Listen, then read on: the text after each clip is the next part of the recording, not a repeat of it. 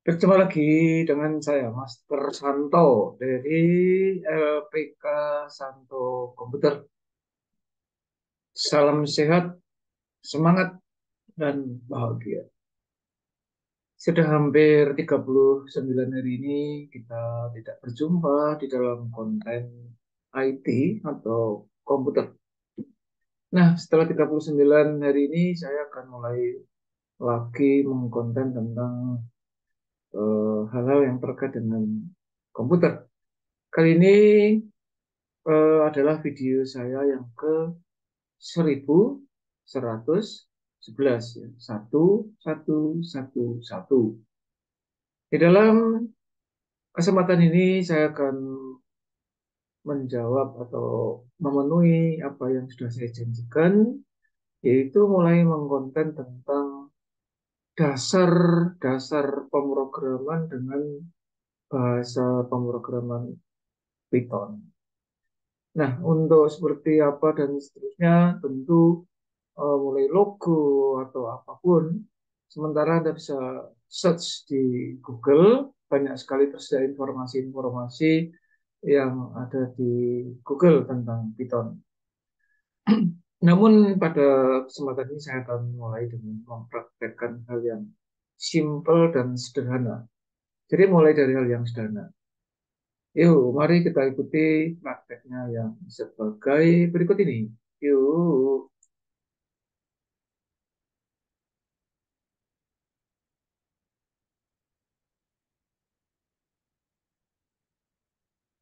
Ya, ini saya munculkan ini adalah tampilan editor ya. Editor yaitu suatu aplikasi sederhana yang dipakai untuk menyusun perintah-perintah di bahasa pemrograman. Nah, khusus untuk Python, kali ini kita akan menggunakan yang disebut dengan editornya Visual Studio Code. Lambangnya seperti di sudut kiri atas di sini. Di sini memang saya sudah mulai banyak memberikan pelatihan-pelatihan secara private ya. Namun khusus untuk channel ini saya akan mulai dari awal. Nah, Python itu sendiri seperti apa? Eh, Mari kita praktekkan dengan perintah yang paling sederhana, itu yang disebut dengan perintah print. Print itu kalau dalam bahasa sehari-hari kan cetak gitu.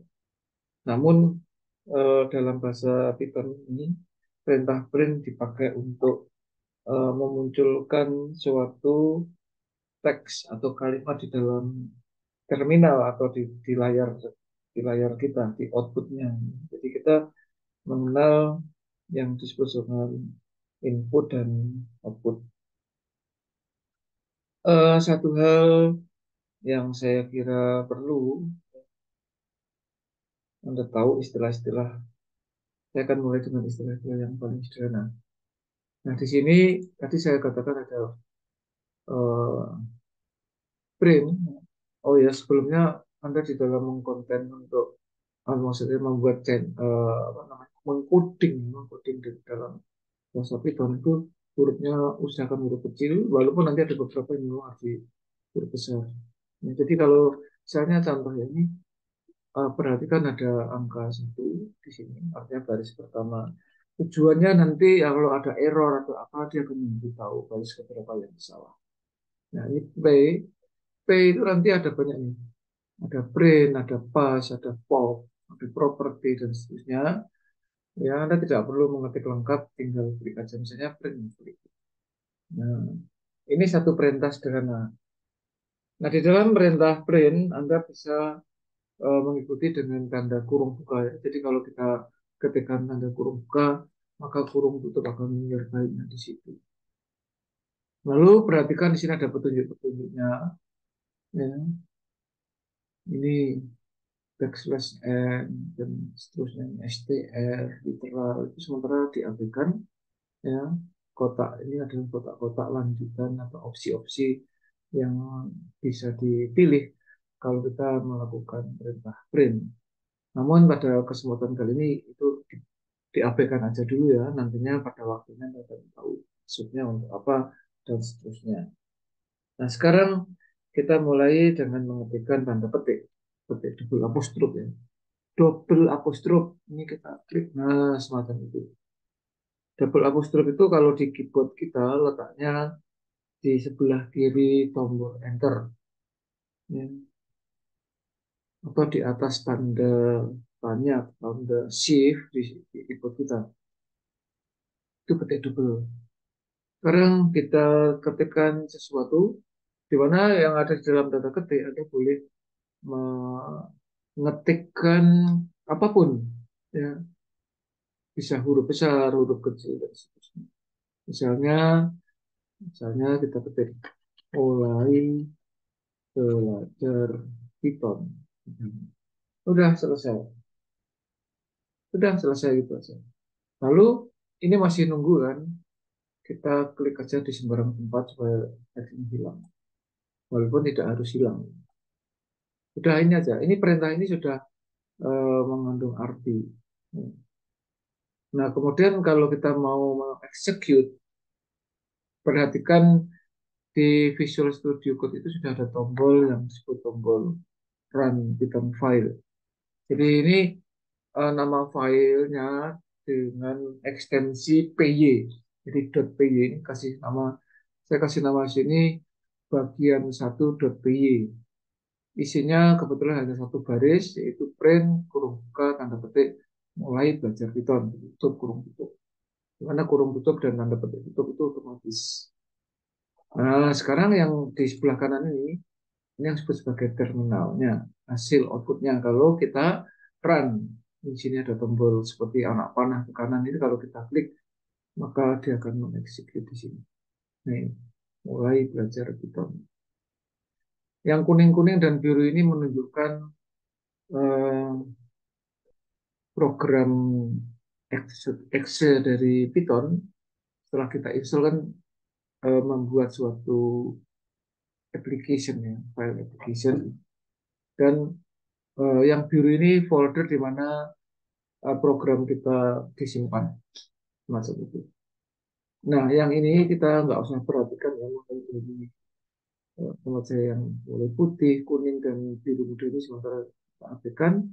Fokusnya yang saya blok ini, mulai belajar Python ini yang penting, kita perhatikan di situ. Ya. Oke, kemudian di terminal ini satu hal sederhana yang perlu Anda bisa ya, atau kenal pertama itu perintah CLS. CLS itu kependekan ya, kepanjangannya adalah clear screen, artinya membersihkan layar. Yang dimaksud layar tentu terminal ini. Ya, kita enter, dia akan bersih.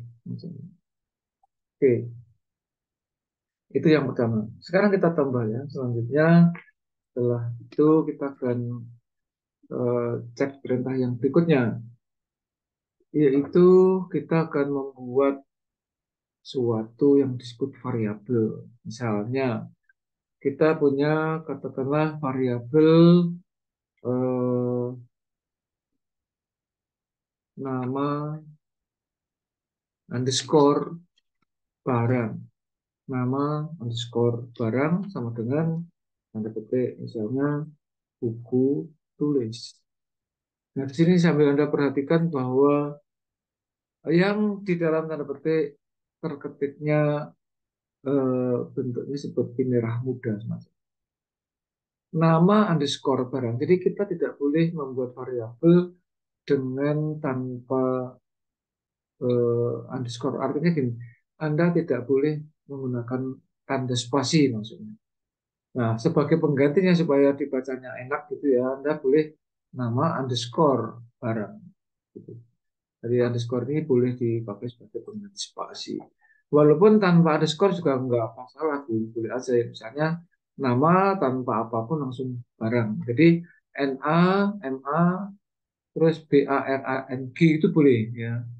Ini tentang aturan-aturan pemberian variabel, tipe variabel dan seterusnya akan kita lihat pada video berikutnya. Sekarang kita akan praktis saja, praktek yang sederhana.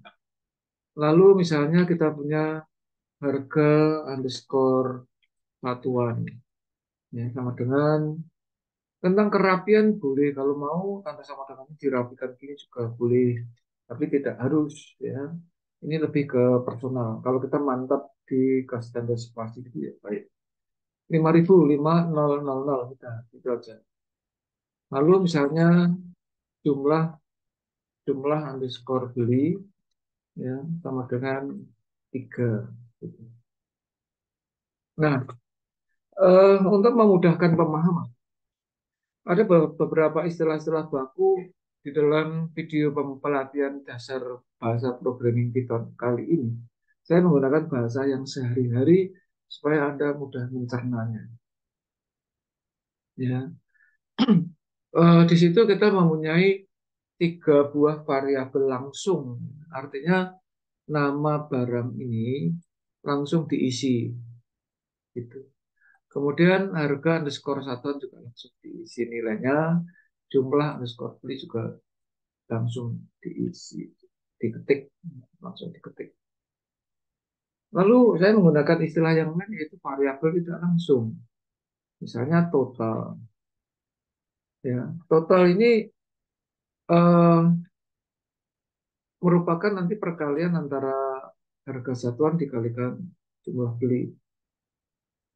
Jadi aturan-aturan variabel itu sebetulnya bebas ya. Yang penting begitu kita ketikkan satu atau 2 karakter ternyata tidak muncul, muncul kotak semacam ini berarti itu sah untuk dipakai variabel. Tapi kalau hanya T ini kita tidak boleh. Ya sebetulnya kalau Anda memilih ya, kalau T sebagai variabel dia sendiri ya silakan ya. Tapi kita tidak bisa menggunakan try gitu ya misalnya. Ini kalau kita kasih sama dengan ini akan menjadi error.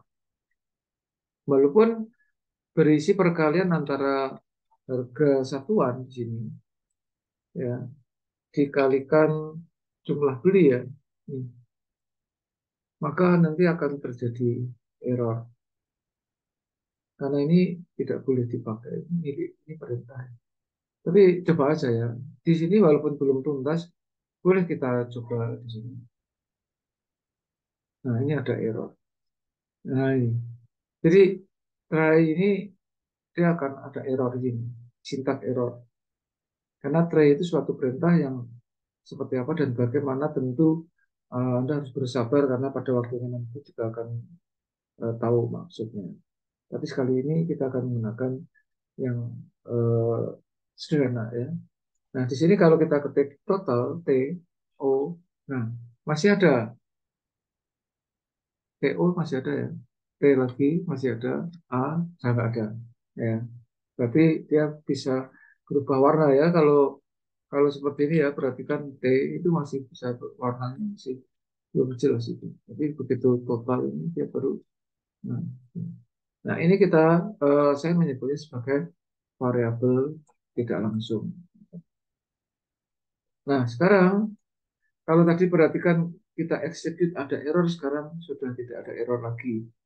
Ya, tetapi variabel tidak langsung maupun variabel langsung kita itu belum bermakna, tidak ada apa-apanya kalau kita tidak kasih perintah. Jadi kita mempunyai 2 kelompok variabel. Yang pertama ada kelompok variabel langsung yaitu nama underscore barang, harga underscore satuan, dan jumlah underscore beli itu variabel langsung. Sedangkan variabel tidak langsungnya adalah total. Di sini perkalian antara variabel langsung harga underscore satuan dikalikan jumlah underscore beli itu. Lalu supaya masing-masing keempat variabel itu bisa bermakna di terminal, kita akan kasih perintah print yang tadi itu. Print, boleh klik di sini. Jadi print, Anda boleh klik di sini. Print, kurung buka, boleh kita kasih tanda petik. Nah, yang di dalam tanda petik misalnya kita kasih caps lock-nya di on kan, ada nama barang sama dengan begitu ya. Jadi dalam tanda petik sampai tanda petik ini dia merupakan satu satu bagian. Untuk menuju ke bagian yang lainnya Anda bisa pisahkan dengan tanda koma. Koma nama barang. Nah, hati-hati. Ini saya sengaja kasih huruf besar dan huruf kecil ya. Nah, nama barang yang huruf besar diketik dalam warna pink itu, atau merah muda semacam ini. Sementara nama underscore barang diketik dalam ditayangan dalam warna pink itu. Maksudnya cian ini. Jadi seperti ini. Nah, ini sudah bisa kita execute coba di sini. Mulai belajar kita nama barang sama dengan buku tulis gitu kan. Lalu berturut-turut Anda bisa juga memunculkan harga satuan, print, kurung buka, harga, biar seragam kita kasih huruf besar semua. Harga satuan dengan ini juga boleh ya yang atas ini supaya nah, semacam ini supaya rapi maksudnya. Dengan ini satu bagian boleh dipisah dengan koma, harga huruf besar huruf kecil itu nanti akan muncul di sini, kita pilih aja dia akan menyesuaikan. Kemudian print kurung buka tanda petik huruf besar saja yang kita tanda petik supaya jelas. Ini karena bersifat informatif. Jumlah beli ini pasti disesuaikan dengan hmm, tanda petik otomatis. Ini koma, nah, caps lock dimatikan diketik jumlah beli ini tinggal diklik. Lalu Anda boleh menambahkan di situ titik, misalnya harus bayar. Jadi istilah-istilah yang di dalam tanda petik itu sah untuk diciptakan sendiri ya. Yang penting informatif gitu. Koma di sini adalah total. Nah, sehingga dengan demikian ini akan muncul ya. Perhatikan ini output yang pertama error, yang kedua ini atau ini yang ketiga yang sekarang kita klik. Nah, di sini. Mulai belajar kita nama barang, buku tulis, harga satuan 5.000, jumlah beli 3, harus bayar 15.000. Nah, lalu kalau Anda mau menciptakan satu variabel lagi, itu variabel langsung, itu eh, misalnya uangnya, uangnya sama dengan 20.000. Ini variabel langsung. Sehingga variabel tidak langsungnya ini kembali dengan uangnya dikurangi total. Maka outputnya Anda boleh print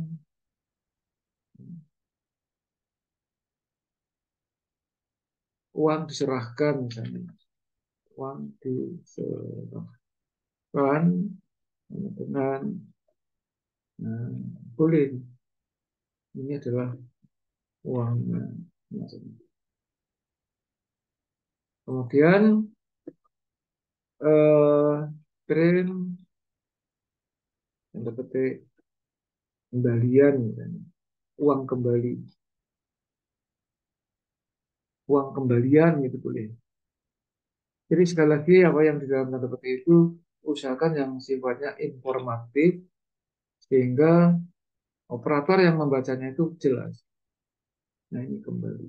Ini kalau kita klik ya perhatikan ya, otomatis yang ya sejak dari awal sudah seperti itu. Nah, ini selesai nih. Kita jalankan lagi. Hmm. Wah, nama barang, buku tulis, harga setor 5.000, jumlah beli 3, habis bayar 15.000, uang serahkan 20.000, kembalian sama dengan ya misalnya kalau Anda mau kasih sama dengan di sini juga lebih rapi ya. Karena kalau konteksnya kerapian, otomatis yang dimulai nama barang, harga satuan, jumlah beli, itu harus digeser ke kanan sebanyak 1, 2, 3 ya. Jadi ini 1, 2, 3, 1, 2, 3, ini juga 1, 2, 3, 1, 2, 3. Kita coba lagi. Nah ini rapi. Ya, oke. Silakan ini disimpan atau di Anda ketik. Anda ketik, Anda simpan, Anda praktekkan. Kalau ada pertanyaan silakan kirimkan ke WA saya di nomor yang ada di deskripsi video ini. Ya, demikian semoga menginspirasi dan memotivasi Anda untuk mau mau memulai. Yang penting ada kemauan untuk memulai, maka yang selanjutnya pasti Anda semakin lihai ya, semakin kompeten pada waktunya. Ya, oke, demikian semoga bermanfaat. Salam saya Master Santo dari LPK Santo Komputer. Tetaplah sehat, semangat, dan bahagia. Sampai jumpa.